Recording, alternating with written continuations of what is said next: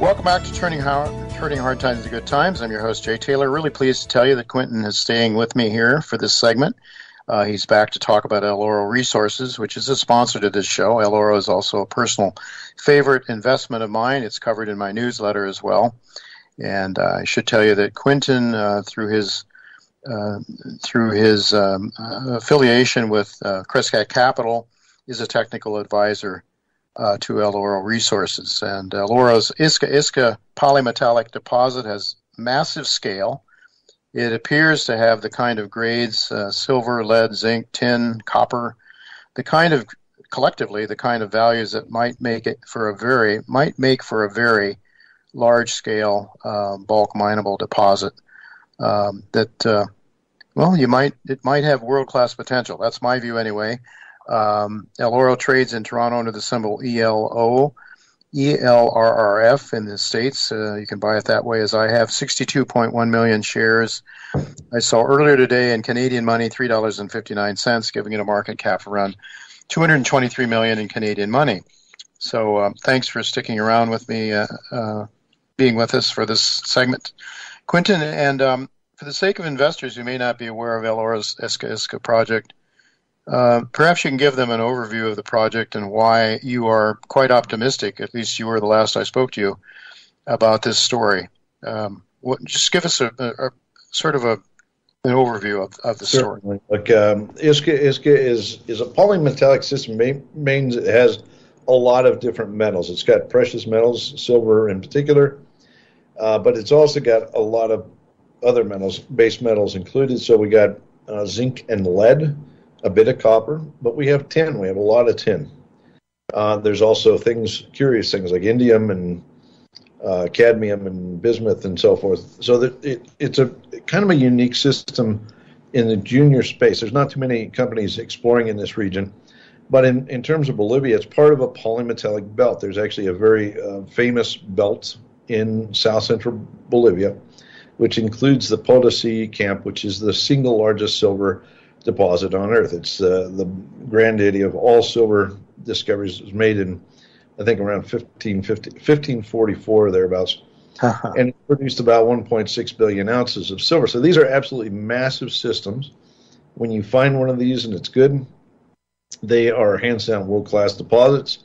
They deliver huge metal endowments in silver, tin, and lead, zinc, and other metals. So that's number one reason why we're excited here. Yeah, and indium and some of those things too. I guess they could be icing on the cake possibly, but that's not even for discussion now, I suppose. Well, the company put out November 17th another among many other previous very long intersections, mineralized intersections. This was 103 meters, grading 521 grams per ton silver equivalent. Maybe you could talk about that in the context of all the other drill holes that have been put into this. These are brecciated pipes that are mineralized, and there's a whole series of these things along this massive caldera, and each of them, some of these pipes are extremely large. But talk to us, what do you know so far based on, maybe you give us an idea of the geometry and the magnitude of these pipes and the mineralization in them? Yeah, certainly. Look, basically this volcanic center, if you think about it as an extinct volcano that erupted many, many times, in other words, there's different pulses of, explosion breccias and stuff that come up through the pile of volcanic rocks here. The entire thing's about 2 kilometers around, and there's many different pipes within that, like sub-pipes within that. So it's like a bunch of mushrooms, if you will, that have come up around. And what's really interesting is when the company started to explore this, they focused in the northern area where there was a bit of artisanal silver, lead, zinc prospecting and mining. And they had great results. Back in January, 250 odd meters of, I think, 130 gram silver equivalent. It's an outstanding result. That got everybody very excited. But if you look at the evolution as they move southward and the evolution of how this thing's unfolded, as they go south from that Santa Barbara area, they start to see more silver and tin, and then they see now copper and gold coming into the system down at Porco, which is in the southern part of the system. Mm-hmm. And this most recent result, the one you quoted there, although it's in silver equivalent, again, it's polymetallic, so there's very good silver values, but there's also considerable tin, 0.6% tin, which is, look at tin prices, they're like $40,000 a metric ton right now. It's just insane. So this is a huge, I mean, in fact, that's dollar-wise most of the endowment. But you also have copper and you have gold. The zinc and the lead have diminished when you go southward. So we're starting to see what we think is a hotter part of the system, something that's closer to the actual, mothership or magma source underlying this thing. The porphyritic magma that drove the system is probably sitting underneath this Porco area at depth, and we see good evidence of that in the magnetics. So we're very excited. I mean, this is basically a huge system. Again, world class without question, hands down. This world class system that's going to have just this whole smorgasbord of metals that range from silver, zinc, lead to silver, tin to silver, tin, copper, gold. It's just about anything you can dream of. So the tin, though, is more to the south? Yeah, the tin grades are increasing to the south, and also the copper and the gold grades are increasing dramatically as we go south. That usually is a sign you're getting closer to the actual magmatic source for the metal. Mm-hmm. Well, I believe that most of the work so far has been done up and more to the north in the Santa Barbara pipe. And I think that's where there's going to be a maiden resource coming out from there, I believe, right? Santa Barbara. It's the Santa Barbara pipe, and I think they found it actually extends maybe more to the north than initially envisioned. But is the maiden resource? It's supposed to come out pretty soon. I'm not sure exactly when. Will that be confined to this Santa Barbara pipe primarily, or what? That's correct, around the Santa Barbara pipe. So Bill Pearson gave a summary of the plans in the Tomazos conference recording. If people access it, they can hear a little bit more detail. But in short, they are focused around that north area, around Santa Barbara, because that's where they've done most of their drilling to date. They have chased the system northward. Bill seems to be very excited about what he's seeing, because every time I think, okay, that's it, they're going to stop here, they put in another fence of holes. So there's clearly a very robust system developing around the Santa Barbara area. Right now, it's about 1,400 meters from north to south. It's about 500 meters east to west.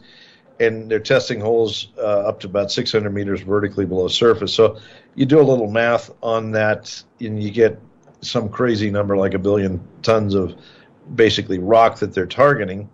It's not to say the entire thing's going to be mineralized, but if you say maybe 30 or 40% of that's mineralized, this is a very big target. And you look at the weighted average grades of the intercept so far, they're probably running around 3 or 4 ounce silver equivalent. So we're talking about a big deposit. A big silver deposit. So primarily from the Santa Barbara, so we'd be looking more at silver, zinc up there, I guess, primarily. Yes, silver, zinc, and lead, a little bit of tin, but that's your primary metals. And that makes it very much like the San Cristobal deposit, which is a bit to the west of here. Lead, zinc, San Cristobal pay for mining, basically pay for mining and operation, processing and stuff. And I would expect the same here. I would think that the base metals pay for the mining, and the silver comes along and is basically your profit. So, what an amazing story. So we could be looking at a pretty significant silver deposit in the making right now. And do you know when they're planning to come out with their initial maiden resource? The assays are coming along slowly. That's the main drag on things. I think Bill intended to get something put out by the end of this year, but the assay turnaround has just been too slow. So I would say it's going to be sometime in the first half of next year, likely April, May, somewhere in there is my best guess. Mm-hmm. It's not a baby stock as these companies that I'm used to looking at, $220 million market cap, Canadian money, even though it's Canadian money.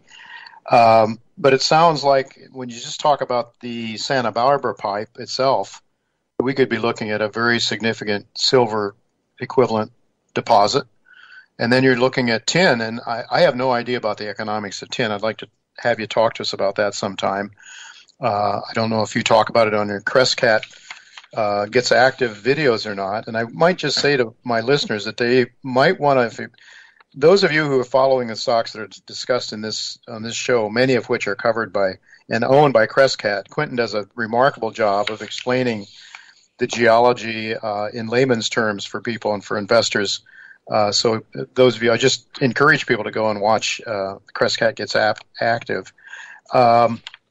But so we're looking at, I think something that has significant upside is what I'm believing, and why I'm still an enthusiastic buyer of the stock at its current market cap. We look, the tin is very exciting. Think of it as the gravy on top. I mean, it's got the silver and zinc and lead, but the tin, nobody's looked for primary tin deposits. We as geologists have done a terrible job of finding the future tin resources that the world needs. That's why tin is $40,000 a ton for Peach Lake. So, this is an exceptional discovery at a critical juncture where the world basically is absolutely starved for tin. What is tin used for these days, primarily? Primarily for electronic soldering and stuff, and then okay.